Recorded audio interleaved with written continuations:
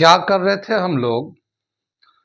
वही जो करते कहते और सुनते चले आ रहे हैं कि ध्यान में ही ज्ञान है। ध्यान में ही ज्ञान है। जो देगा ध्यान उसी को मिलेगा ज्ञान, और जितना देगा ध्यान उतना ही मिलेगा ज्ञान। थोड़ा ध्यान थोड़ा ज्ञान, ज़्यादा ध्यान ज़्यादा ज्ञान, क्योंकि ध्यान में ही ज्ञान है। मैं साबिर अली और आप देख रहे हैं ILCC अली क्लासेस, जो अलीगढ़ बेस्ड नीट जेई का रेजिडेंशियल कोचिंग क्लास है। साथ ही AMU, जामिया और दूसरे यूनिवर्सिटी के दूसरे एंट्रेंस की भी तैयारी कराते हैं हम लोग, जैसा 9th है, 11th diploma engineer, BSc nursing, CET, CUET, paramedical वगैरह वगैरह तैयारियां होती हैं। तो वो लोग जो लोग तैयारी करना चाहते हैं कांटेक्ट कर सकते हैं। ऑफलाइन ऑनलाइन दोनों ही मोड अवेलेबल है। ऑफलाइन में अलीगढ़ के यूनिवर्सिटी के आसपास के जो बच्चे हैं वो तो आके अपनी तैयारी करते हैं, मगर वो बच्चे जो अलीगढ़ के बाहर है, हिंदुस्तान के दूसरे कोने में रहते हैं, दूसरे स्टेट में रहते हैं, या हिंदुस्तान के बाहर कहीं और रहते हैं और अलीगढ़ मुस्लिम यूनिवर्सिटी और जामिया मिलिया के एडमिशन की तैयारी करना चाहते हैं, तो वो हमारे साथ तैयारी करना चाहते हैं और अलीगढ़ के क्वालिफाइड एंड एक्सपीरियंस टीचर से अपने आप को किसी कंपटीशन के लिए तैयार करना चाहते हैं, तो वो हमारे साथ ऑनलाइन पे जुड़ सकते हैं। हमारा ऑनलाइन प्लेटफॉर्म भी है, ठीक है। साथ ही हमारे चैनल को सब्सक्राइब कर लें, क्योंकि हमारे चैनल पे सारे नोटिफिकेशन, एडमिशन से रिलेटेड, रिजल्ट से रिलेटेड बहुत सारे नोटिफिकेशन जो यूनिवर्सिटी से आते हैं हम लोग अपडेट करते रहते हैं। तो अगर यूनिवर्सिटी के इन्फॉर्मेशन से अपडेट रहना चाहते हैं तो आप हमारे चैनल को सब्सक्राइब कर लें। साथ ही हम लोग बहुत सारे लेक्चर्स को रिकॉर्ड करके भी डालते रहते हैं, तो वो लेक्चर भी आपको बहुत फ़ायदा करेगा, ठीक है, आपकी तैयारी के लिए। ठीक, हम लोग कर रहे थे chemistry 9th class, structure of atom, वो कर रहे थे जो एकेडमिक में भी काम आएगा, आपके फाउंडेशन के लिए, नीट जेई के लिए फाउंडेशन के लिए भी काम आएगा, और AMU जामिया के जो लोग इंट्रेंस की तैयारी कर रहे हैं, 11th एंड डिप्लोमा इंजीनियरिंग के लिए जो लोग करते हैं, उनके लिए भी बहुत ही काम का है ये। तो ये हम लोग कर रहे थे। एक क्लास हम लोगों ने प्रीवियस क्लास तो कर लिया था जिसमें हम लोगों ने जे थॉमसन के एक्सपेरिमेंट से रिलेटेड, एटम से रिलेटेड हम लोगों ने कहा था। आज हम उसके आगे चलने जा रहे हैं। कितनी बात समझ में है? पिछला क्लास आप लोग ने रिवीजन किया है, ठीक, ओके। तो आगे चलते हैं, आगे देखते हैं हम लोग क्या है। तो पिछले क्लास में कहा था कि जे थॉमसन ने एक एटॉमिक मॉडल दिया, नाम था उसका प्लम पडिंग मॉडल, ठीक है, और उसमें अपना बताया कि एक एटम जो है उसके अंदर का इलेक्ट्रॉन प्रोटॉन का किस तरह से स्ट्रक्चर होता है। जे थॉमसन के बारे में बताते हैं कि जे थॉमसन 18 दिसंबर 1856 में उसका बर्थ हुआ था, वो पैदा हुए थे 18 दिसंबर 1856 में। उन्होंने बहुत सारे काम किए, लेकिन उनको नोबेल प्राइज मिला है डिस्कवरी ऑफ इलेक्ट्रॉन पे, फिजिक्स में उनको नोबेल प्राइज मिला 1906 में। और उन्होंने वर्क किया था स्पेशली, जिस पे उसको नोबेल प्राइज मिला है वो डिस्कवरी ऑफ इलेक्ट्रॉन पे। इलेक्ट्रॉन को डिस्कवर, जैसे पिछले क्लास में बताया था ना, इलेक्ट्रॉन का डिस्कवर किया। तो ये जे थॉमसन का थोड़ा सा हम थॉमसन, इनका बोर्न 18 दिसंबर 1856, Nobel prize awarded, Nobel prize in 1906 on discovery of electron। ये इस वर्क पे इनको नोबेल प्राइज मिला था।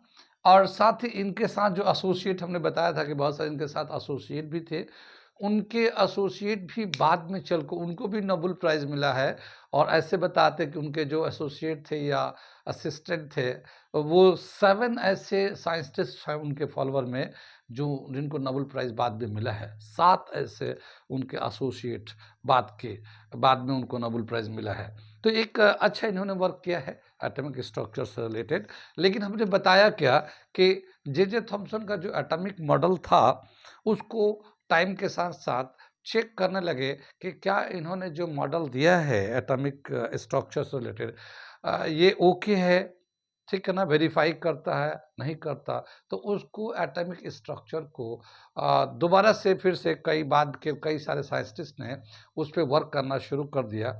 लेकिन सबसे ज़्यादा इम्पोर्टेंट जो ऑब्जर्वेशन आया वो रदरफोर्ड का एक स्ट्रक्चर के बारे में जो उन्होंने ऑब्जर्व किया वो बहुत इम्पोर्टेंट है। रदरफोर्ड नाम साइंटिस्ट का, रदरफोर्ड ने एक एक्सपेरिमेंट किया एटॉमिक स्ट्रक्चर से रिलेटेड, नाम है उसका Rutherford alpha particle bombardment experiment. देखते हैं उन्होंने क्या किया, क्या उसमें ऑब्जर्व किया, क्या उन्होंने बताया उसके बारे में। ठीक है, इसे मिटाते हैं हम लोग।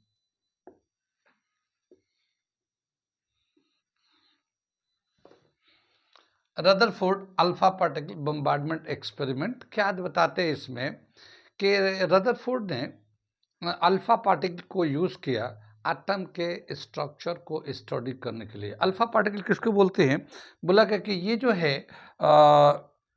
रेडियो एक्टिव एलिमेंट्स हमने बताया था। रेडियो एक्टिव एलिमेंट्स वो होते हैं जिनसे रेजेस स्पॉन्टेनियसली एमिट करते हैं। ठीक है, रेजेस स्पॉन्टेनियसली इमिट करते हैं, और वो जो रेजेस थे उनको जब प्रॉपर्टीज को स्टडी किया गया, रदरफोर्ड ने ही किया है, रदरफोर्ड ने ही उस न्यूक्लियर रेडियो एक्टिव का जो नेचर था उसको रेजेस को ऑब्जर्व किया, स्टडी किया, और उसने बताया कि इसके अंदर 3 तरह के रेजेस होते हैं। एक होता अल्फा पार्टिकल, दूसरा होता बीटा पार्टिकल, तीसरा होता गामा पार्टिकल। अल्फा पार्टिकल यहाँ से आया है, रेडियो एक्टिविटी में ये निकलते हैं रेजेस। तो अल्फा पार्टिकल बेसिकली क्या होता है वो दिखाते हैं हम लोग। अल्फा पार्टिकल के पहले बताते हैं हम लोग इसको, तो ना अल्फा पार्टिकल बताते हैं क्या है ये एक ऐसा चार्ज पार्टिकल है जो हीलियम इसका एटॉमिक नंबर 2 होता है, एटॉमिक मास 4 होता है, ये हीलियम का। लेकिन अगर इसके हीलियम का 2 इलेक्ट्रॉन को निकाल दिया जाए तो अब ये जो बनेगा ये 2 पॉजिटिव हो जाएगा और ये 4 मास हो जाएगा। तो इसके अगर 2 इलेक्ट्रॉन निकल जाए तो ये जो है ना अल्फा पार्टिकल के बराबर होता है, यानी हीलियम 2 पॉजिटिव, या इसका जो अल्फा पार्टिकल का जो चार्ज होता है 2 पॉजिटिव होता है, और मास जो होता है 4u के बराबर होता है। यू एटॉमिक AMU भी बोलते हैं, एटॉमिक मास यूनिट। तो इसका जो चार्ज होता है अल्फा पार्टिकल का चार्ज जो है इसका 2 पॉजिटिव है, ठीक है ना, और मास जो है इसका मास जो है 4u के बराबर है। यू AMU भी बोलते हैं, एटॉमिक मास यूनिट। तो अब इसको यू से ही दिखाते हैं। तो अल्फा पार्टिकल का ये मास होता है, चार्ज होता है, चार्ज 2 पॉजिटिव है, मास इतना होता है। अब इसको हम लोग बम्बार्डमेंट कर रहे हैं, ठीक है। कहाँ बम्बार्डमेंट कर रहे हैं, रदरफोर्ड ने सबसे पहले लिया गोल्ड फॉयल। जहाँ पे एक्सपेरिमेंट करना था, उस एक्सपेरिमेंट को करने के लिए उन्होंने सब लिया एलिमेंट, वो था गोल्ड फॉयल। गोल्ड फॉयल क्यों लिया, फॉयल तो जानते हैं, वो जैसे कागज़ की तरह रोल कर देते हैं, फॉयल होता है हमारा, आज मिठाइयों पे भी लगता है, चमकीले चमकीले से फॉयल होते हैं, और रोलर टाइप के होते हैं, हम लोग मिठाई के या खाने के चीज़ों पे उसको चिपका देते हैं, तो घेर देता, कवर कर देता, फॉयल टाइप का होता है, ठीक है। तो वो होता है गोल्ड फॉयल। गोल्ड को इस लिए लिया गया कि गोल्ड जो है ना एक होता है मेलिएबल, डक्टिलिटी, डक्टाइल, जितने भी मेटल्स होते हैं वो मेलिएबल होते हैं, डक्टाइल होते हैं, पढ़ा तो होगा मेटल नॉन मेटल में। मेलेबल का मतलब ये है कि उसको हम लोग जितना थिन शीट में कन्वर्ट करना चाहे उतना हम लोग हैमरिंग करके मार मार के पतले शीट में कन्वर्ट कर सकते हैं। वो टूटेगा नहीं, वो पतले से पतले थिन हो जाएगा। तो इसीलिए गोल्ड की मेलिएबिलिटी ज़्यादा है, तो इसलिए गोल्ड का थिन शीट यूज़ किया उसने। एक रफली आइडिया के लिए दिया हुआ है, जैसे एनसीईआरटी में दे रखा है कि 1000 एटम, यानी कि थिन शीट कितना था, थिन मतलब ऐसे अगर हम लोग थिन शीट लेंगे तो यहाँ से यहाँ तक 1000 का 1000 एटम्स का थिकनेस था। ये 1000 एटम्स एक साथ एक लाइन में ऐसे, तो ये थिकनेस है, तो ना थिकनेस बोलते हैं।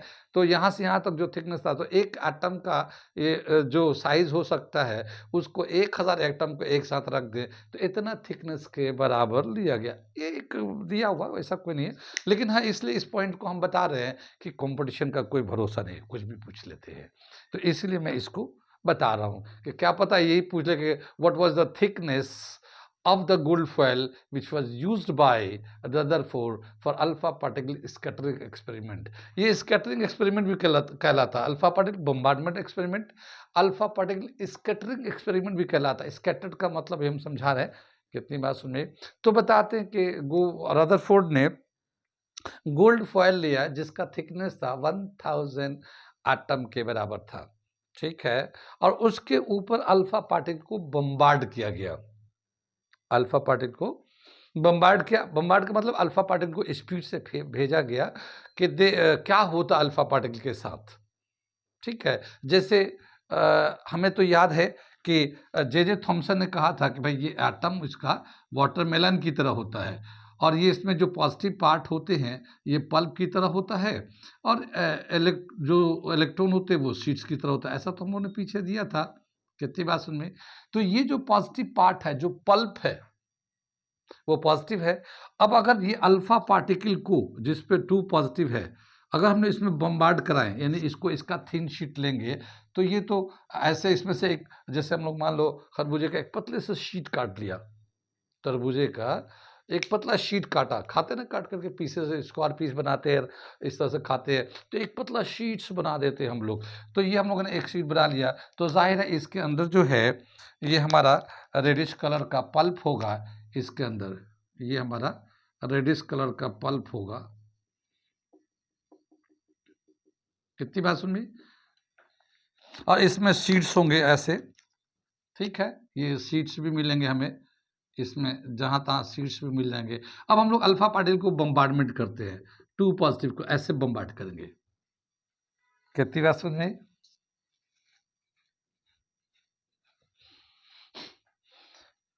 इस तरह से अगर बम्बार्डमेंट करते हैं तो ये जो है ना, ये जो रेड कलर का पल्प है, तो वो तो सब पॉजिटिव चार्ज है, जे थॉमसन के हिसाब से सब पॉजिटिव चार्ज है, और ये भी पॉजिटिव चार्ज है। तो जब ये पॉजिटिव चार्ज जाएगा तो वो तो पूरा उसके अंदर पॉजिटिव चार्ज का गूदा बना हुआ है, तो positive positive same charge repel to each other. तो ये जब जाएगा तो इसका स्पीड, यानी वो रिपल्शन की वजह से उसके स्पीड कम होता जाएगा, रुकने लगेगा इसके। ऐसा होना चाहिए, ऐसे ही तो होना चाहिए भाई, कि भाई एक हम लोग पल्प है, ये जो वाटरमेलन का पल्प लेते हैं और उसमें पॉजिटिव चार्ज पूरा भरा हुआ है, ये अल्फा पार्टिकल इधर से आ रहा है, तो ये भी पॉजिटिव पूरा शीट्स है, तो ये रिपल्शन करेंगे तो उसको आने नहीं देंगे। अगर आ भी रहे होंगे तो उसका स्पीड कम होता जाएगा, यहाँ से आके रुक जाना चाहिए, यहाँ पे आगे, क्योंकि रिपल्शन की वजह से रुक जाए, या बहुत ज़्यादा स्पीड से होगा तो उधर जाएगा, पास कर जाएगा, मगर उसकी स्पीड कम हो जाएगा। ऐसा होना चाहिए, जो जनरल ऑब्जर्वेशन हम लोग का दिमाग कहता है कि भाई ये पॉजिटिव चार्ज है, ये पॉजिटिव चार्ज का पल्प है, तो जब इससे हम लोग इसको पास कराएंगे तो ये इसमें रिपल्शन की वजह से रुकना चाहिए, स्पीड कम होना चाहिए। लेकिन क्या ऑब्जर्वेशन किया रदरफोर्ड ने, वो हम बताने जा रहे हैं कि क्या उसको ऑब्जर्व हुआ। वैसे तो जनरल हम लोग का परसेप्शन यही है कि ऐसा होना चाहिए था, लेकिन क्या हुआ वो हम एक थोड़ा सा डायग्राम बना के बताते हैं। कितनी बात सुनिए, आगे चले हम लोग। जब हम लोग गोल्ड फॉइल लेते हैं यहाँ पे रदरफोर्ड के हिसाब से, ठीक है, ये हम लोगों ने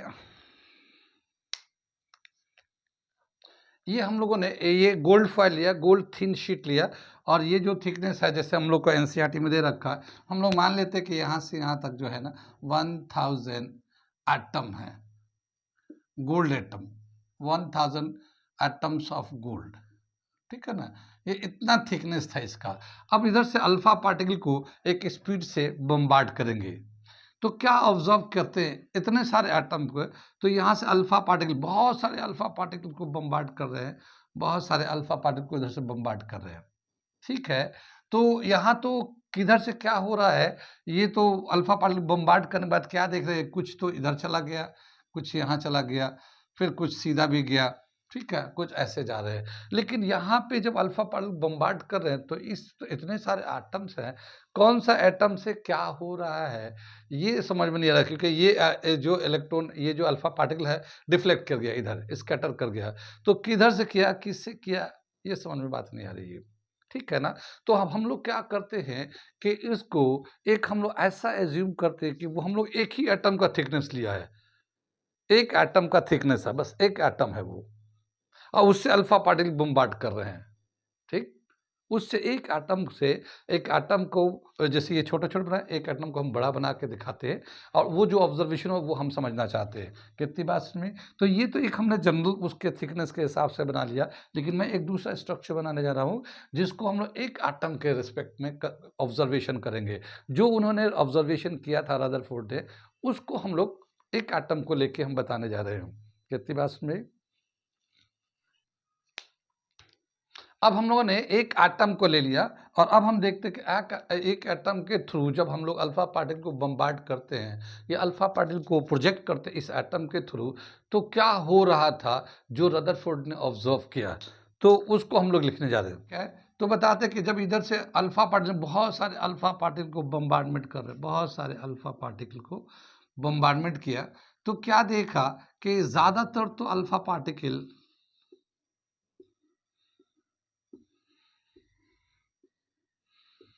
ठीक है, ज़्यादातर तो अल्फा पार्टिकल जो है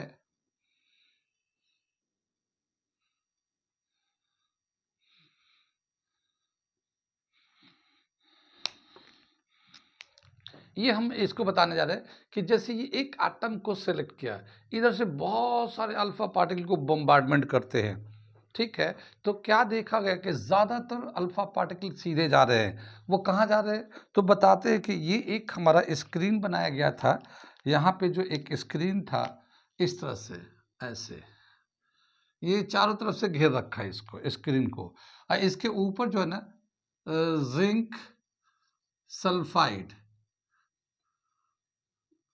की कोटिंग थी।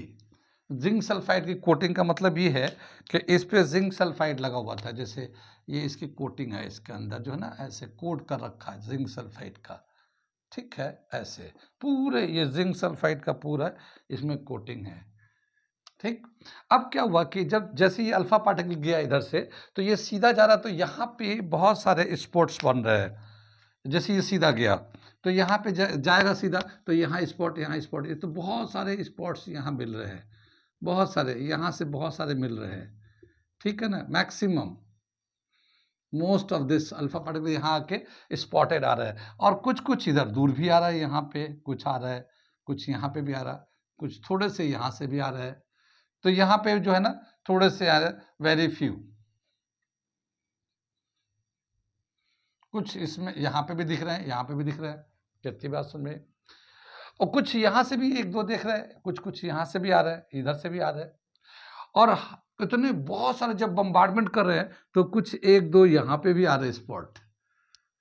क्या मतलब स्पॉट का क्या मतलब हुआ? जैसे हम लोग देखते हैं जैसे वेल्डिंग वाला बोलता है, वेल्डिंग करता है ना, लोहे का वेल्डिंग करता है, तो जब वो वेल्ड कर रहा था उसमें से चिंगारियाँ निकलती रहती है, तो वो एक कोट टाइप का मोटे कपड़े का कोट पहन के रखता है, चश्मा लगा के रखता है, तो वो जो चिंगारी निकलते हैं तो उसके शर्टों पे भी आके पड़ता रहता है, तो छोटे-छोटे स्पॉट टाइप के बन जाते हैं, देखा तो होगा, स्पॉट टाइप के बन जाते हैं।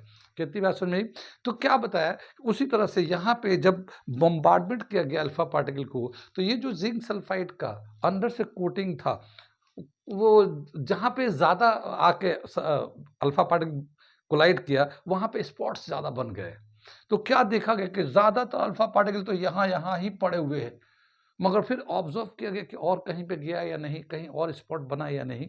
तो क्या देखते हैं, कुछ इधर भी हल्का-फुल्का सा कहीं-कहीं दिख रहा है, कुछ-कुछ यहाँ से भी दिख रहा है, थोड़ा-सा तिरछा, जैसे सीधा भेजा गया, लेकिन वो तिरछा होके ऐसे चला गया है, तिरछा होके ऐसे चला गया है।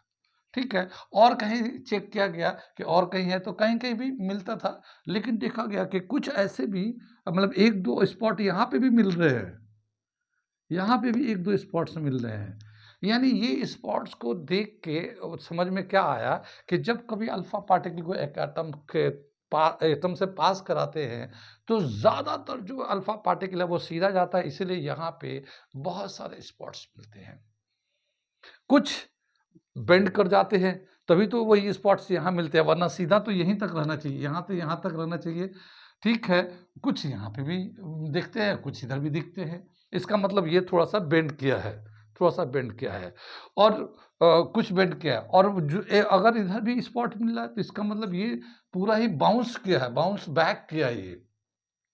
यानी ये 180 पे वापस 180 डिग्री पे डिफ्लेक्ट करके आया है, 180 पे। यहाँ पे तो कुछ कुछ एंगल से डिफ्लेक्ट करके गया है, लेकिन ये तो यहाँ पे भी स्पॉट्स मिल रहे हैं और ये मिल रहे थे, इसका मतलब जाके वापस आया ये। कितनी बात सुनी? ये ऑब्जर्वेशन कौन कर रहा है? रदरफोर्ड। ठीक है, रदरफोर्ड का ऑब्जर्वेशन था। और ये जो ऑब्जर्वेशन है रदरफोर्ड का, ये इससे क्या समझ में आ रहा है कि ये सारे अल्फा पार्टिकल जो ना इस तरह से जा रहे हैं, जबकि होना क्या चाहिए था? जैसे मैंने पिछले वाला शीट्स बना के दिखाया था, पल्प का शीट बनाया था, उसके हिसाब से ये होना चाहिए था कि वो जाएगा नहीं और सभी वहाँ रुके, नहीं भी रुकते हैं तो अगर पार भी करते हैं तो सब वहीं पे स्लो स्पीड हो जाएंगे। मगर यहाँ पे स्पीड भी कम नहीं हो रहा, सीधा जा रहा है साई साई जाके। और इस तरह से ऑब्जर्वेशन किया। जाहिर है किसी बात को कहने के लिए पहले कई दफ़ा स्टेट ने एक्सपेरिमेंट को करना पड़ता है। तो ये जो एक्सपेरिमेंट रदरफोर्ड कर रहे थे, जो उनको ऑब्जर्व हो रहा है वो, और जो होना चाहिए था जे थॉमसन के एटॉमिक मॉडल के हिसाब से, वो दोनों मैच नहीं कर रहा है। दोनों मैच नहीं कर रहा है क्योंकि जे थॉमसन के हिसाब से ऑब्जर्वेशन कुछ और होना चाहिए था, और ये जो आ रहा है रियल में, जो आ रहा है, जो करने के बाद आ रहा है, वो तो बिल्कुल अलग आ रहा है। इसका मतलब ये है कि जो जे थॉमसन ने एटॉमिक मॉडल दिया है, चूँकि वो एक्सपेरिमेंट तो किए नहीं, ये तो ये था भाई कि उन्होंने बताया कि उसके अंदर इलेक्ट्रॉन होता है, फिर प्रोटॉन का भी डिस्कवर हो गया, तो फिर ये हुआ भाई कि डाल्टन का एटॉमिक कांसेप्ट खत्म हो गया, लेकिन फिर उसका एक एटम का स्ट्रक्चर बताना होगा। तो उस केस में उन्होंने अपने सूझबूझ के साथ अपना जितना भी समझ था, उस समझ के हिसाब से उन्होंने उसको अपना एक मॉडल दिया, प्लम पुडिंग मॉडल। लेकिन वो एक्सपेरिमेंटल तो नहीं था कुछ, ना उसमें एक्सपेरिमेंट किया गया था, ना उसका ऑब्जर्वेशन किया गया था, एक जस्ट डिस्क्राइब किया गया था कि ऐसा हो सकता है। लेकिन यहाँ तो एक्सपेरिमेंट कर रहा है रदरफोर्ड, रदरफोर्ड ने किए है इसको एक्सपेरिमेंट, ठीक है। और करने के बाद बार-बार, ज़ाहिर है एक एक्सपेरिमेंट को बार-बार करने के बाद यही ऑब्जर्वेशन आ रहा है कि ज़्यादातर सीधे जा रहे हैं और कुछ डिफ्लेक्ट हो रहे हैं, और 1-2 हज़ारों जब बम्बार्ड करते हैं तो इसमें से हज़ारों का मतलब ये है कि जो बड़े क्लासेस में जाएँगे तो उसमें दे रखा 1 आउट ऑफ 20,000, ये बड़े क्लासेस में दे रखे हैं। और एनसीईआरटी में क्या दे रखा 9th क्लास के बुक में आपके 1 आउट ऑफ 12,000। क्या मतलब ये हुआ कि 12,000 अल्फा पार्टिकल बम्बार्डमेंट करते हो अबाउट 12,000, तो उसमें से एक ऐसा अल्फा पार्टिकल है जो बाउंस बैक करता है 180 डिग्री पे पीछे आता है। यहाँ पे उसका स्पॉट मिल रहा है, जिंक सल्फाइड का पेनर कोटिंग पे एक स्पॉट मिल रहा है। ये एनसीईआरटी 9th क्लास के हिसाब से। और ये जो है बड़े क्लास जैसे 11th में जाएंगे तो वहाँ पे केमिस्ट्री में पढ़ेंगे, तो आउट ऑफ 20,000 जब अल्फा पार्टिकल बम्बार्ड करते हैं तो उसमें से एक ऐसा होता है जो बाउंस बैक करता है 180 डिग्री पे। ठीक है, ये मैं नंबर इसलिए बता रहा हूँ कि कंपटीशन का कोई भरोसा नहीं, क्या पूछ ले, फुल स्टॉप कॉमा क्या पूछ ले, तो इसीलिए हर बारीकी को बताते चल रहे हैं, ताकि आपको पूरी पॉइंट्स क्लियर है, हर चीज़ को समझना है, याद करके रखना है, और बाकी क्वेश्चन प्रैक्टिस कर ही लेंगे हम लोग। कितनी बात सुन में आगे चले, तो क्या बताया कि out of 12,000 1 electron bounce back, ऐसा दिख रहा है, ये ऐसा एक्सपेरिमेंट में आ रहा है। अब जे थॉमसन का एटॉमिक मॉडल के हिसाब से ये ऑब्जर्वेशन तो आ नहीं रहा है। अब इस जो ऑब्जर्वेशन आ रहा है इसके हिसाब से रदरफोर्ड ने अपना ऑब्जर्वेशन को एक्सप्लेन किया कि जो हमारा ऑब्जर्वेशन है गोल्ड फॉयल को लेकर जब अल्फा पार्टिकल को बम्बार्ड करते हैं, तो जो आना चाहिए था जे थॉमसन के हिसाब से वो तो नहीं आता, मगर जो आ रहा है वो ये आ रहा है।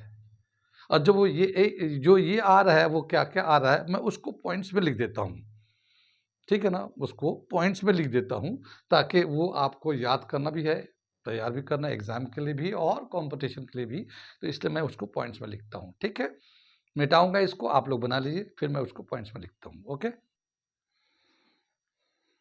ऑब्जर्वेशन और रदरफोर्ड, रदरफोर्ड ने जो एक्सपेरिमेंट किया उसका क्या ऑब्जर्वेशन था, वो ऑब्जर्वेशन को मैं पॉइंट को लिख देता हूँ। क्या दे रखा है, ये हमारे पॉइंट्स को मैंने लिख दिया।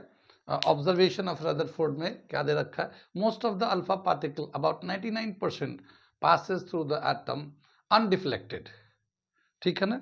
क्या बताया कि जो ज़्यादातर 99% जो अल्फा पार्टिकल थे जब वो एटम से पास करते हैं, गोल्ड फॉइल के एटम से पास करते हैं, तो डिफ्लेक्टेड यानी कोई डिफ्लेक्ट नहीं होता, वो सीधा चले जा रहे हैं, सीधा चले जा रहे हैं, ठीक है। उसमें से कुछ ऐसे थे some are deflected by some small angle, कुछ उसमें से कुछ एंगल से डिफ्लेक्ट कर रहे हैं जो वहाँ पे ऑब्जर्वेशन हो रहा है, जो एक्सपेरिमेंटल ऑब्जर्वेशन हो रहा है। और out of 12,000 of alpha particles one is bounce back और डिफ्लेक्टेड बाय 180 डिग्री, यानी तकरीबन 12,000 9th क्लास के हिसाब से, और 20,000 में से 12,000 में से एक ऐसा भी है जो उसका जो ऑब्जर्व कर रहे हैं कि वो 180 डिग्री का बाउंस बैक करता है, यानी टकरा के वापस आ जाता है। ठीक है, तो ये तो हमारा ऑब्जर्वेशन था रदरफोर्ड का, जो कि बिल्कुल ही मैच नहीं कर रहा था जे थॉमसन के एटॉमिक मॉडल से, जो कि जो दिया गया था, ठीक है ना। बहुत बड़ा वो अचीवमेंट था जे थॉमसन का, लेकिन उससे ज़रा सा भी मैच नहीं कर रहा था ये जो ऑब्जर्वेशन था। इस ऑब्जर्वेशन के बाद रदरफोर्ड ने क्या एनालिटिकल आइडिया लगाया कि जो चार्ज होंगे उसके हिसाब से क्या स्ट्रक्चर होना चाहिए था, जो ये ऑब्जर्वेशन मिल रहा है एटम का, उसके ऑब्जर्वेशन के हिसाब से अगर एनालिसिस के करता तो उसके हिसाब से क्या एटम का स्ट्रक्चर होगा कि ये ऑब्जर्वेशन वेरीफाई करे उसको, ये ऑब्जर्वेशन जो है उस स्ट्रक्चर को वेरीफाई करता है। तो अब रदरफोर्ड ने अपने हिसाब से एक अपना मॉडल बनाया, एटॉमिक मॉडल, जो इस ऑब्जर्वेशन के बेस पे था। वो क्या था और क्या उसके बताया, तो यहाँ पे हम लोग चलते हैं, हम लोग अगला जो है रदरफोर्ड एटॉमिक मॉडल, उसका अपना एटॉमिक मॉडल क्या था जो उसको इस वाले एक्सपेरिमेंट को वेरीफाई कर रहा था। कितनी बात सुन में, तो अगला हम लोग चलते हैं, पॉइंट्स को लिखते हैं कि क्या क्या उसने बताया इस ऑब्जर्वेशन के बेस पे के एटॉमिक मॉडल पे। ओके, नोट कर लिए, मैं मिटाऊंगा इसको। क्या दे रखा, कंक्लूजन ऑफ रदरफोर्ड, यानी वो जो ऑब्जर्वेशन था उस ऑब्जर्वेशन के बाद वो क्या कंक्लूड किया कि क्या हो सकता है। तो सबसे पहले उसने बताया कि जो एटम में इतना अल्फा पार्टिकल बम्बार्डमेंट करते हैं, सबके सब सीधा जा रहा है, इसका मतलब उसको कोई भी रास्ते में रुकावट नहीं है। No hindrance is there in the path of alpha particle when it is going through atom. Atom के से जब वो जा रहा अल्फा पार्टिकल तो उसको कोई रुकावट नहीं है, ज़्यादातर सीधा जाते हैं। तो यानी एटम का मैक्सिमम पार्ट इम्पटी पड़ा हुआ, खाली पड़ा हुआ है, वहाँ कुछ भी नहीं है। ये एक आइडिया उसको कंक्लूड किया। क्या बताया पहला पॉइंट्स में, मोस्ट ऑफ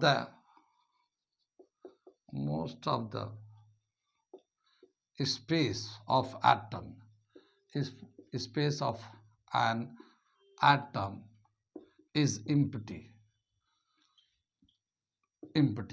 ठीक है, ज्यादातर जो most of the part of the atom के ज्यादातर हिस्सा खाली पड़ा हुआ, इसीलिए ज्यादातर अल्फा पार्टिकल सीधा जा रहा है, कुछ बेंड कर रहा है। इसका मतलब बेंड कब करेगा, जब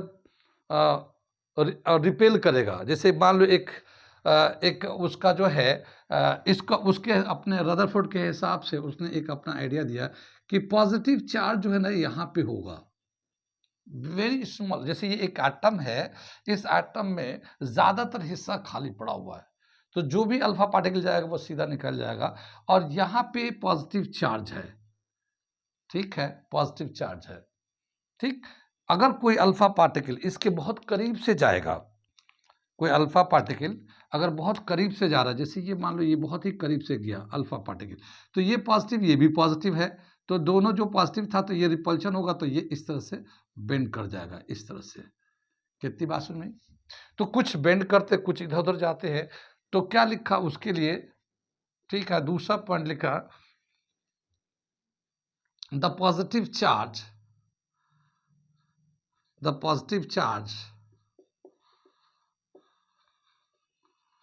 of an atom is concentrated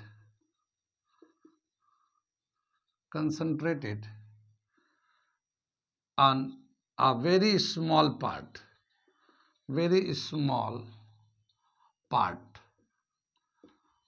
of the atom। ठीक है, क्या मतलब हुआ, जितने भी पॉजिटिव चार्ज है एटम के अंदर, जितने भी पॉजिटिव चार्ज है वो बहुत छोटे से एरिया में कहीं पे वो है, कंसंट्रेट कर रहे हैं, जिसकी वजह से जब ये अल्फा पार्टिकल करीब से जाता है तो वो फिर बेंड कर जाता है, रिपल्शन की वजह से बेंड कर जाता है। और ये सारे पॉजिटिव चार्ज एक साथ है क्योंकि वो उसमें से एक दो बाउंस बैक भी करता है। तो उसके लिए क्या कहा है कि तीसरा पॉइंट लिखा है all positive charges are concentrated at a very small space, ठीक है, at a very small space, small region कर लेते हैं, वेरी स्मॉल रीजन, ठीक है ना। When alpha particle collide head on it bounce back,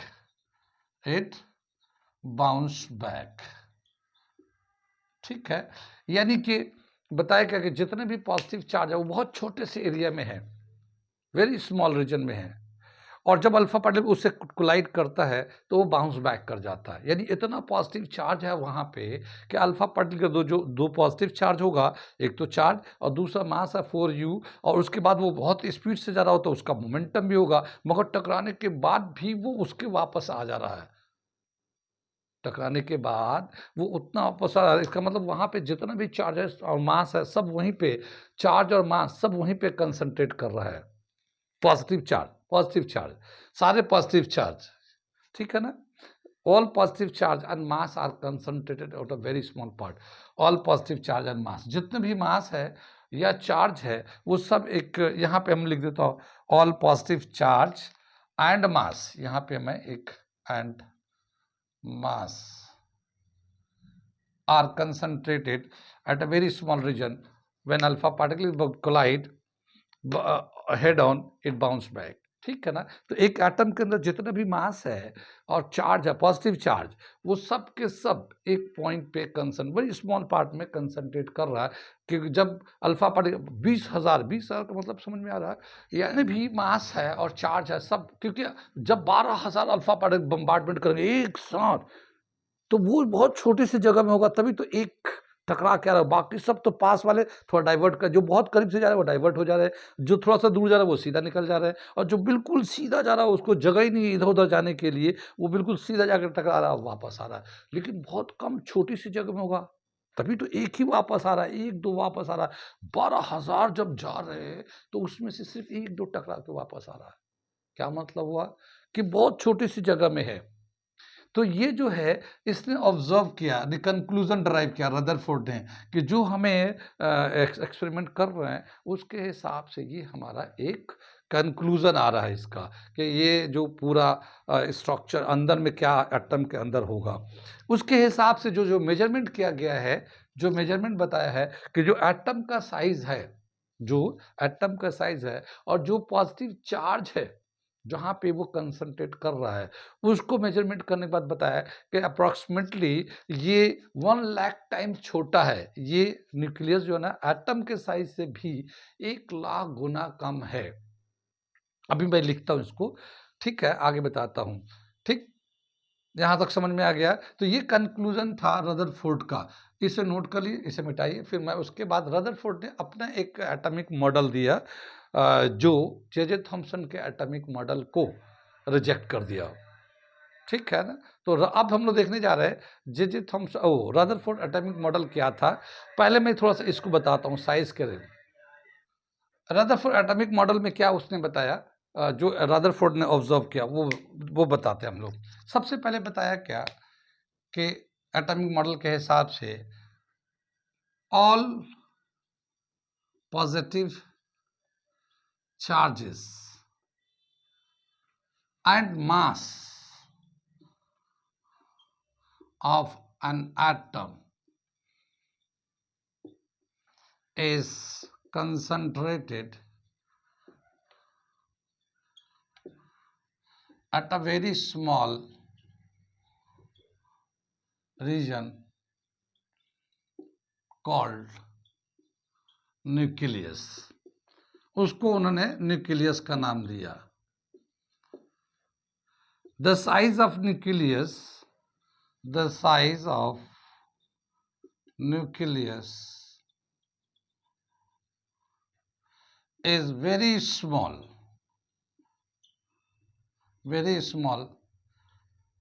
as compared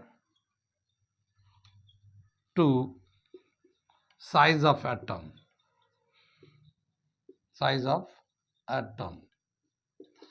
It is the size of atom is 10 to the power 5 times larger than size of nucleus. क्या मतलब हुआ कि जो न्यूक्लियस का जो साइज है और एटम का जो साइज है कंपेयर करेंगे तो ये हमारा एक इस तरह से है, तो यहाँ पे न्यूक्लियस है, तो ये जो न्यूक्लियस का साइज है और ये जो एटम का साइज है, तो ये एटम जो है ना 10 टू द पावर 5 टाइम्स है, ठीक है ना। ये साइज ऑफ न्यूक्लियस के रेस्पेक्ट में, एटम का साइज ऐसा था, साइज ऑफ एटम ये दे रखा। यानी अब बताइए, एक टाइम में ऐसा था कि एटम जो कहते थे कि स्मॉलेस्ट पार्टिकल है which can not be further divided, Dalton के हिसाब से। लेकिन जैसे जैसे आगे बढ़ते गए, साइंस आगे बढ़ता गया, अब बता रहा कि 1,00,000 गुना छोटा होता है न्यूक्लियस एटम के साइज से। जितना बड़ा एटम का साइज है उसको और न्यूक्लियस को कंपेयर करेंगे तो 1,00,000 गुना छोटा होता है। 1,00,000 मतलब 10 टू द 50 होता है 1,00,000 पे, तो 1,00,000 गुना छोटा होता है, ठीक है ना। साइज ऑफ न्यूक्लियस और साइज ऑफ एटम अगर लिखना चाहें हम लोग तो साइज ऑफ न्यूक्लियस, ये मैं ऐसे अपनी तरफ से लिख रहा हूं, size of nucleus, size of atom, ये मैं अपनी तरफ से अब समझा रहा हूं, ये उसका नहीं है, ये 1/10 टू द पावर 5, ये इस तरह का कंपेरेटिव है, ये मैं अपनी तरफ से बता रहा हूं, ये उसका नहीं है। ये समझ में आया भैया, ये तो साइज हो गया। अब नेगेटिव चार्ज के बारे में उसने क्या बताया डाल्टन ने, सॉरी, नेगेटिव चार्ज के बारे में रदरफोर्ड ने क्या बताया कि नेगेटिव चार्ज फिर कहाँ है। तो नेगेटिव चार्ज के बारे में उसने बताया कि जितने भी नेगेटिव चार्ज है, इलेक्ट्रॉन है, वो न्यूक्लियस के चारों तरफ रिवॉल्व कर रहे हैं, न्यूक्लियस के चारों तरफ रिवॉल्व कर रहे सर्कुलर ऑर्बिट पे। और उसके हिसाब से उसने ये आइडिया उसको कहाँ से आया, ठीक उसी प्लेनेटरी मोशन से आया। सोलर सिस्टम में जो है सन एक जगह है और सारे प्लैनेट जो है ना उसके चारों तरफ घूम रहे हैं, जैसे मरकरी है, विनस है, अर्थ है हमारा, जुपिटर, मार्स है, सैटर्न है, सब उसके चारों तरफ घूम रहे हैं। ठीक वहीं से उसने आइडिया उठाया और बताया कि सारा जो पॉजिटिव चार्ज और मास जो है तो वो तो न्यूक्लियस के पास है, लेकिन जो इलेक्ट्रॉन होता है बहुत ही छोटा होता है, बहुत ही मास उसका कम होता है प्रोटॉन के कंपेयर में, तो वो जो है ना उस न्यूक्लियस के चारों तरफ घूम रहा होता है, सर्कुलर पाथ में घूम रहा होता है। तो अगला जो पॉइंट है, थर्ड पॉइंट, ये नोट कर, अगला जो थर्ड पॉइंट दे रखा, the electrons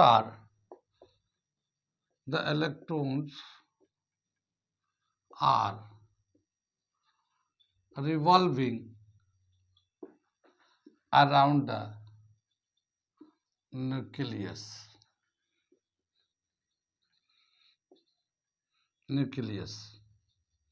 around the nucleus, ठीक है ना, on its path, circular path, on its circular path, ठीक है। इस तरह से उसने तीसरा इलेक्ट्रॉन के बारे में बताया। और अब इसके हिसाब से जो इसका शेप होगा, रदरफोर्ड के हिसाब से जो शेप होगा वो कैसा होगा एक एटम का, कि ये एक एटम है और इसके सारे पॉजिटिव चार्ज यहाँ पे सेंटर पे मतलब कंसंट्रेट कर रहे हैं, ये सेंटर पे है, ये न्यूक्लियस हो गया ये, ठीक है ना। ये रदरफोर्ड के हिसाब से फाइनल स्ट्रक्चर बता रहे हैं। और इसके जो इलेक्ट्रॉन्स है वो अपने शेल पे, इलेक्ट्रॉन जो है ना अपने अपने सर्कुलर ऑर्बिट पे ऐसे घूम रहे हैं। तो ये था हमारा स्ट्रक्चर रदरफोर्ड के हिसाब से, रदरफोर्ड के हिसाब से ये स्ट्रक्चर आ गया। कितनी बात समझ में, ये स्ट्रक्चर उसने रदरफोर्ड के हिसाब से बताया गया। रदरफोर्ड ने ये अपना एक आउटलाइन दिया स्ट्रक्चर का, जो उसने एक्सपेरिमेंट किया, ऑब्जर्व किया, कंक्लूजन किया, उसके हिसाब से बताया। और एक इसी तरह से क्या हुआ कि एक्सपेरिमेंटली चूंकि इसने किया था, तो जे थॉम्सन का जो एटॉमिक मॉडल था वो फिर रिजेक्ट कर दिया गया, और ये मॉडल जो है ना रदरफोर्ड का एटॉमिक मॉडल चलने लगा। कितनी बात सुन में, ठीक। और ये एक्सेप्ट भी किया गया, क्योंकि चूंकि एक्सपेरिमेंट से किया गया था तो ये एक्सेप्ट भी किया गया, ठीक। लेकिन क्या कि वक्त गुजरता रहता है, बहुत सारी चीज़ें, नए नए चीज़ें होती रहती हैं, नए नए बातें होती रहती हैं, सब चेंजेस होते रहते हैं। तो क्या देखा गया कि रदरफोर्ड का एटॉमिक मॉडल जो दिया गया वो एक्सपेरिमेंटली तो बहुत करेक्ट था, बिल्कुल प्रूफ था। लेकिन वक्त के साथ साथ बहुत सारे नए कंसेप्ट आए, तो उस कंसेप्ट के जब रेफरेंस में देखा गया तो एटॉमिक स्ट्रक्चर जो रदरफोर्ड का था उसमें भी कुछ ड्रॉबैक आ गया, कुछ सवाल थे जिसका इस मॉडल के हिसाब से जवाब नहीं था उस वक्त के हिसाब से, ठीक है। तो आज ही रहने देते हैं, अगले क्लास में हम लोग ड्रॉबैक से शुरू करेंगे, ठीक है ना, drawback of Rutherford atomic model. Okay, यहाँ रहने देते हैं।